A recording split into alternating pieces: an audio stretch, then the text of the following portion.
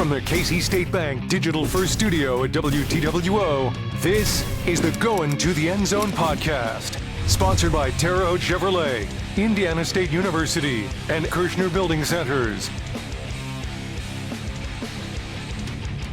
Welcome to our Going to the Endzone podcast this week. Happy to be joined by Omar Tellow. I'm Grant Pugh. Omar, it's great to be back to talk some high school football as we get ready for week number 8 of the high school football season. Hard to believe. Good to be back, Grant, as you mentioned. And if people have been clamoring for where is the football weather, it looks like we're getting some this weekend.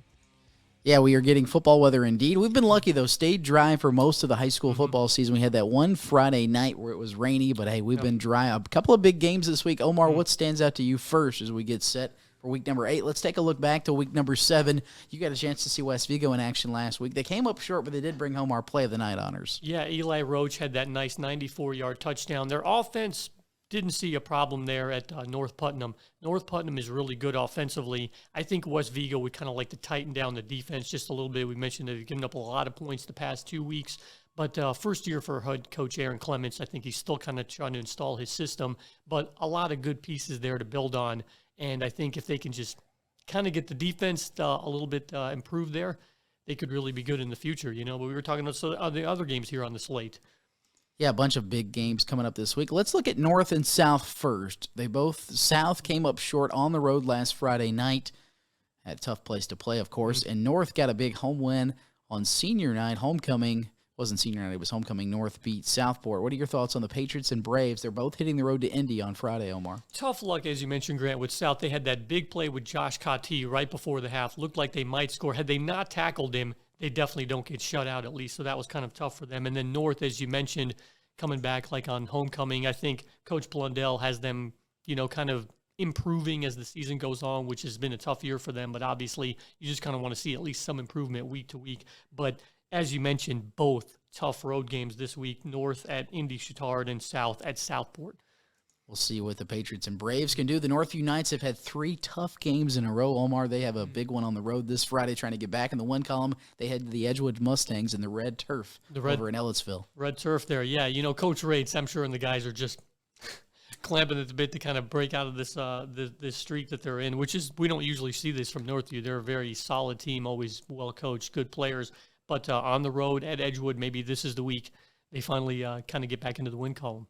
What else stands out from you as we look at the schedule? Linton back at home. You would think they wouldn't have any problems with the Eastern Green. T-Birds as the Miners try to improve to 8-0. That's a great point. I think when a team becomes ranked number 1 like they have been, you kind of sometimes wonder about, is complacency going to set in? Coach Oliver doing a great job there.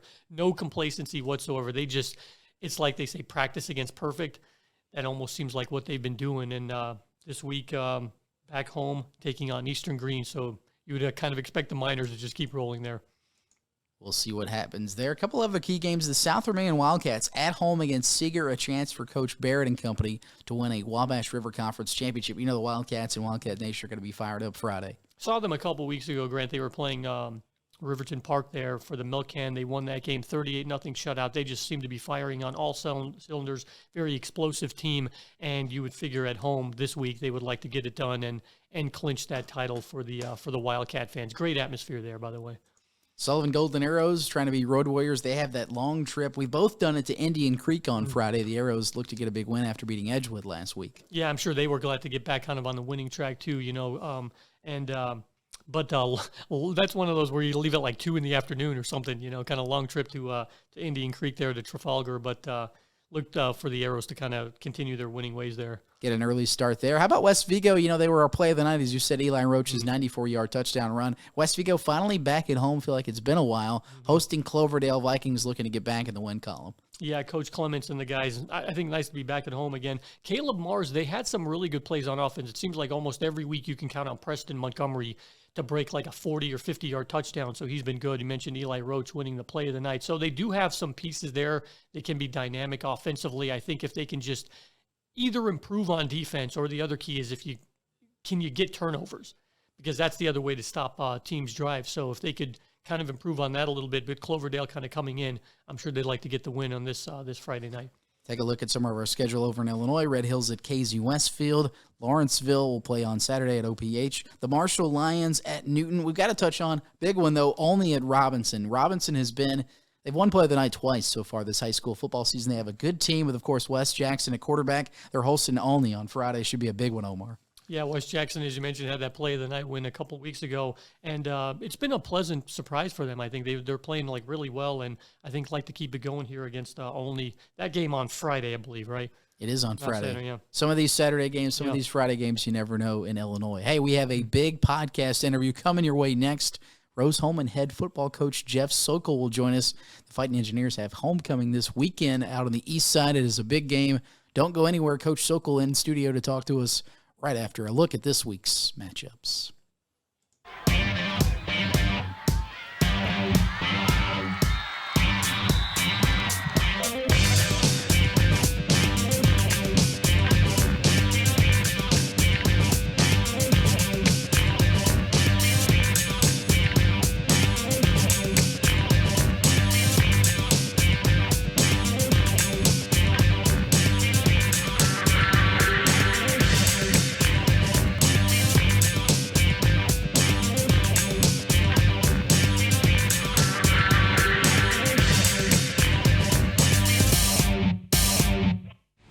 Hey, welcome back to our Going to the Endzone podcast. We have a special guest joining us here for our big high school football, college football podcast show. Rose-Hulman head football coach Jeff Sokol. Coach Sokol, thanks so much for joining this week. Ready to talk some football with you. Thanks, Grant. Hard to believe college football season is flying by, but what a big weekend for your team. You guys have homecoming upcoming this Saturday out on the east side, Coach. Yeah, homecoming is always a very special weekend for Rose-Hulman. I know most places it is, but it's for a small college, what we do at Rose-Hulman is really, really special. And it starts really on Friday with the big pep rally and the big bonfire that we have, fireworks. And it is really, really impressive. If you haven't been out there before, it's definitely worth coming out to check out. And then obviously the big game at 2 o'clock on Saturday. It's always the biggest crowd of the year. And, fortunately, we usually play pretty well. Yeah, I was going to say the crowd last year was impressive. We're expecting another big crowd this weekend too, Coach, right? Oh, yeah, very, very much so. And it still feels good to be back amongst the big crowds. And we actually had our big career fair out on campus today, and there was over 250 companies there in our field house, which is the first one we've really had since COVID that's been that big. And it certainly feels good to have that many. There was a ton of alums and football alums back for the career fair, and that just kind of leads into this weekend, which is we're expecting a great crowd on Saturday. How nice was that, Coach, to get that win against Anderson? I know you guys didn't start the way you wanted to, but we were mentioning some of the stats here. I mean, the rushing game was phenomenal. The defense played really well. Miguel Robertson had 3 touchdowns. How great was that to get that win? Yeah, it felt really good to get on the right track, and we played really well at times, and especially in our first 2 games, and even in our third game, we played some really tough teams. So DePaul is a top 25 team, and we had a lead on them late in the fourth quarter, and it was a really, really frustrating game not to be able to find a way to win. But they're an outstanding team, and the next week we had a 20-point lead on Trine, who's another very good team at our level, and we just ran into some injury issues. We lost our best player on defense, Tyler Smith, and then a couple plays later, we lost our second quarterback. Our first quarterback got hurt against DePaul. Our second quarterback got hurt in the third quarter of the Trine game, and we were to our third quarterback, and he just wasn't as prepared as we should have had him prepared to play, and those are regrets that you'll have, and then our third opponent, Albion, was they're the most complete team that we've played, and all 3 of the teams that we played to start the season had outstanding defenses, but Albion was the total package. They had a great defense and then outstanding skill players. They were really good up front. So, kind of after that really frustrating start, being so close to winning those first 2 games, and then really kind of having a setback, but against another really strong opponent. They're, a top 15 caliber Division III team in the country, and it was really good to establish ourselves in our first conference game, and offensively that was our goal. We wanted to really successfully run the ball and kind of run the ball to set up the pass, and we did that very, very well, and our defense was outstanding as well. I was going to say, talking about your defense as well. I mean, defense travels. You guys got a good defense. And how important was it, not only, as you said, to play good defense, but to start 1-0 in conference play? The first 3 games are the first 3 games, Coach, but to start 1-0 in conference, that's one of your goals from the very beginning of the year anyways. Yeah, we always schedule our non-conference games very aggressively. I don't want our guys to ever get into HCAC play and feel like they're surprised by the speed of the game. And there's such a vast array of football in the world of the landscape of Division III football. The absolute best are so good. And we've seen those teams. We've seen Mount Union. We've seen North Central. We've seen St. John's up in Minnesota. Those are 3 of the top 5 programs in the country, and our guys have played those guys. And the way we scheduled this year was the same thing. For it, the way our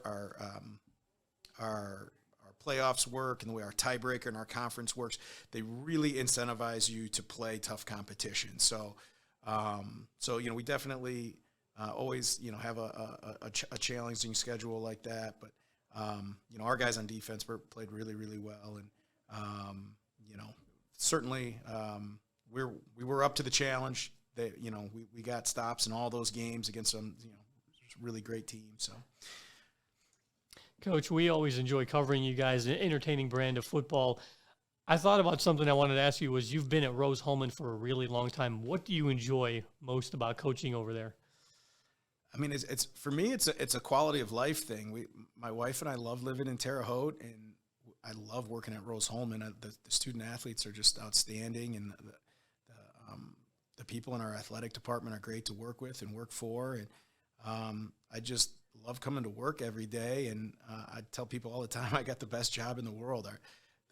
Our student athletes, they love football. They have their priorities right, though. They're there to get an absolutely world-class undergraduate engineering experience. They just happen to want to have a first-class football experience to go along with it, and that's what our challenge is as a coaching staff, is to make sure that their football experience is meeting the experience that they're having there academically. And as long as we can keep attracting super talented student athletes from across the country to Rose-Hulman that are going to push themselves, in the classroom and on the field, there's no other place in the world I'd rather be. It's a very, very satisfying experience for me to take a new team every year and see how much we can get out of them. And it is certainly nothing I've ever gotten sick of, that's for sure. And it's a great combination for us. It's a place that for the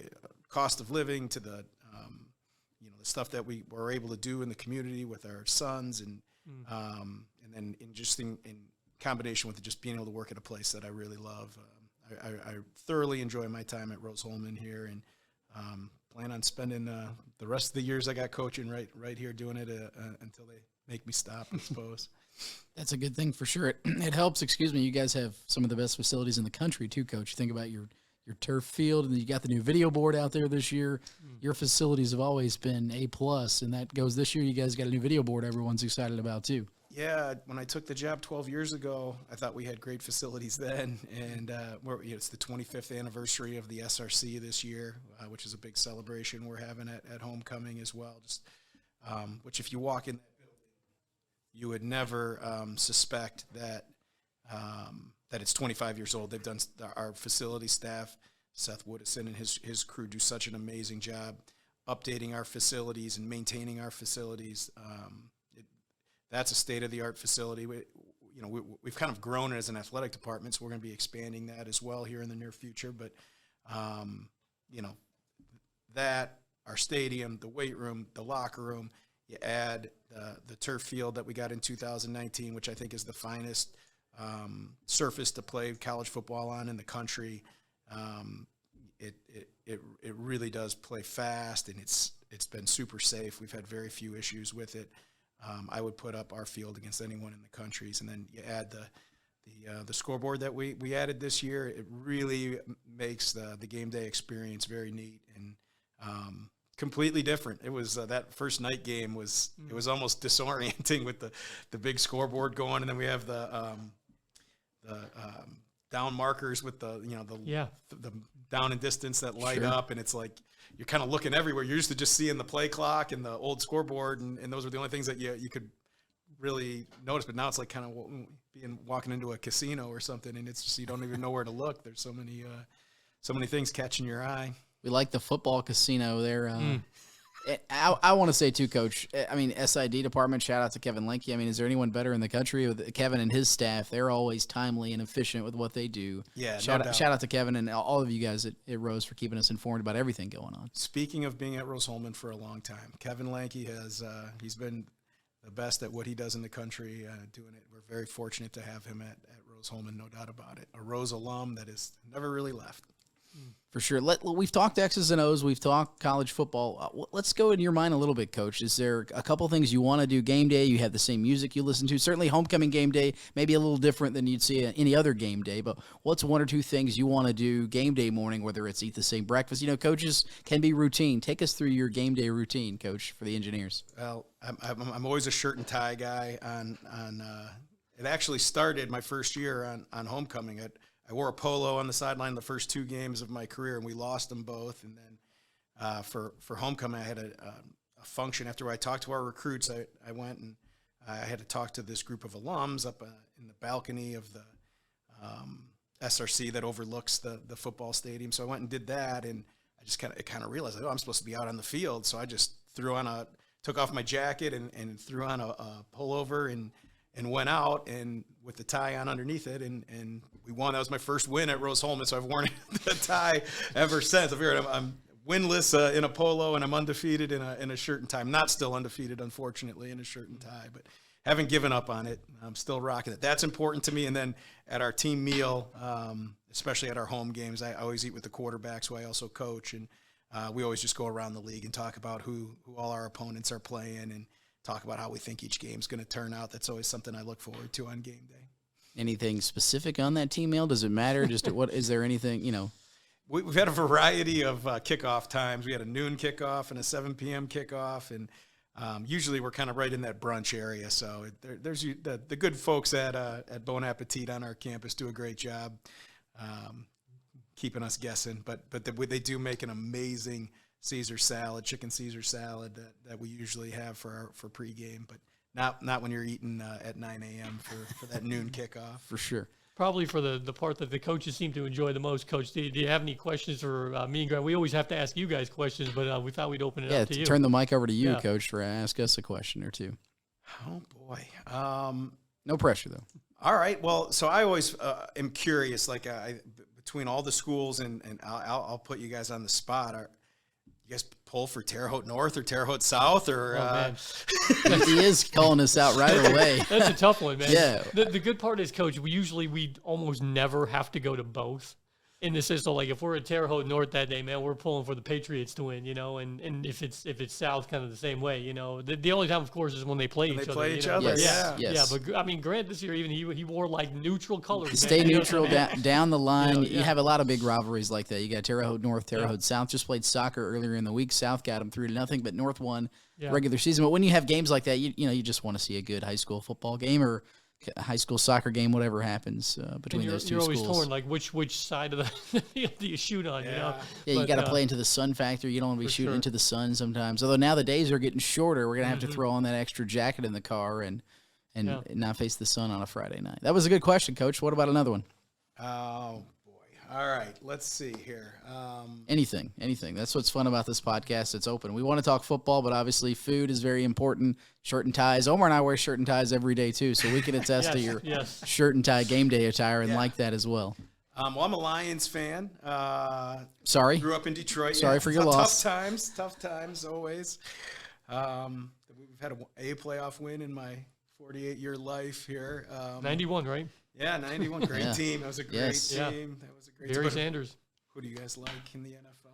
Oh, I'm a Los Angeles Chargers fan, if you can believe it. Started out in L.A., moved to San Diego, but now back to L.A., And then Grant, of course, Tennessee Titans here. Titans all the way. So Sunday was fun to see the Titans in Indy. That's the first time I've ever seen the Titans beat the Colts in Indy. I've seen a lot of, Andrew Luck owned the Titans. He was 10-0, I think, against them. But it's good to see Mike Vrabel get a win for the Titans against the Colts in Indy. And I will say this: you mentioned the Lions, long-suffering fans. We can empathize with you guys. I will say this though: Dan Campbell just seems to be like the right guy, man. He does. Like that, they play hard for him. Even though they lost this past, I mean, like 45 points. How many times do you see a team score 45 points in an NFL game and not get the win? So they've scored a lot. Yeah, even though they're 1-3, I feel like that's a team that's up and coming. I've even seen some national press about them. Like, is the Detroit Lions maybe the most exciting team in football? Even though they haven't won a lot, who's scoring more than when the they Lions did right that? now? Didn't Amon-Ra St. Brown not play last weekend? So you get him back in the fold. He's been a heck of a receiver in fantasy as well. The Lions are due for a big game soon. A lot of people thought they would beat the Seahawks. Yes, yeah.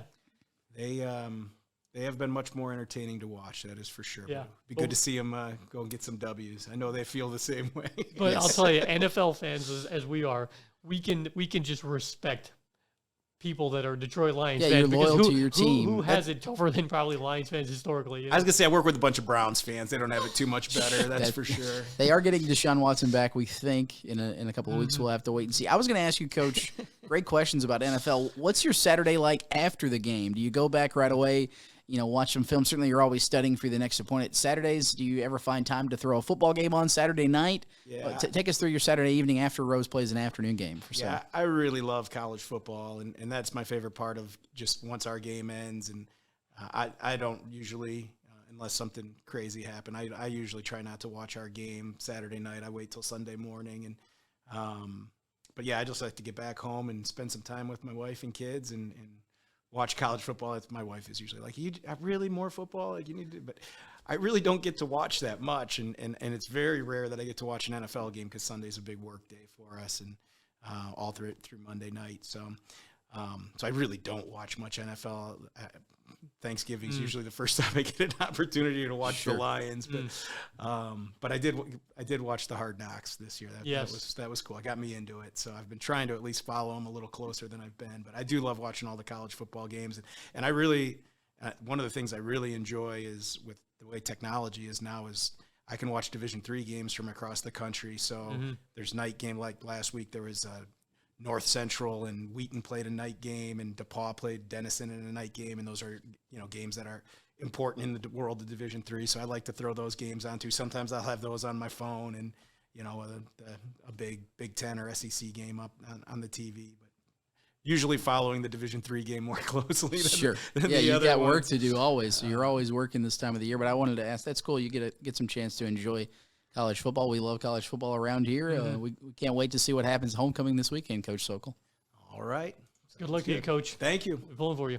Hey, thanks to Coach Sokol for joining us on this week's Going to the End Zone podcast. Hey, but don't go anywhere. More Going to the End Zone podcast. We'll look at other college football games right after a quick break.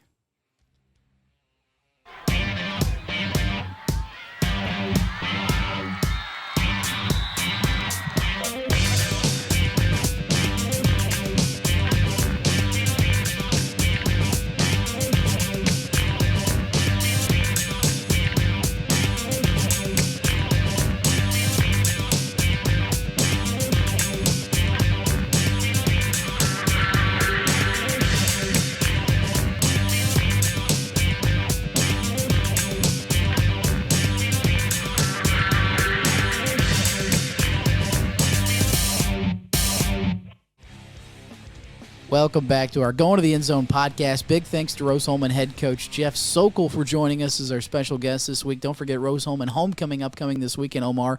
Omar, you've seen Rose in action a couple times. They are due to get back in the win column maybe after they finally got back in the win column last week. Yeah, that was a good win, Grant, over Anderson. Picked up the win there. And we just knew, like we kind of mentioned in the podcast last week, it was just a matter of time. Too well coached, too much talent for that team. But, man, I mean, talking about some of these stats we were mentioning with Coach Sokol, 343 yards. That's incredible how well they rushed. The defense played well and kind of got back on track. And then they have Manchester this weekend, as you mentioned, 2 p.m.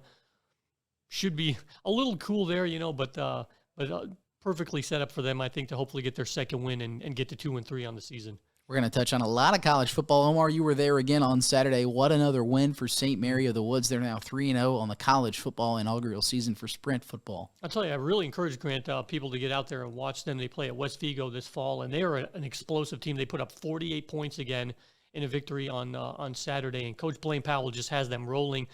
it's just like regular football, as we mentioned. Sprint football, regular football, it's just with a weight limit, 178 pounds, and they're fun to watch, explosive, big plays happening on offense and defense. They even, I believe, had another a good play on special teams there with Xander Wilbur.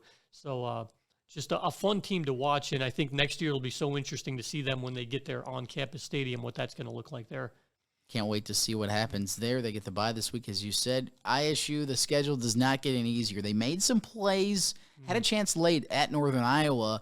Now they get the number 1 team in the country, North Dakota State, coming to town. Yeah, North Dakota State, that'll be tough. Kind of going back to that game you mentioned, good to see Dante Hendricks extended his catch streak. Dawson Basinger had a touchdown for them. Dakota Caton had a nice catch. So they were able to do some things well offensively, but just I think the critical areas in the red zone, scoring, and North Dakota State coming in. I believe they're still top ranked this week, so that's going to be the critical area. Can you score in the red zone, potentially get any turnovers? They had one with Ryland Cole this past week.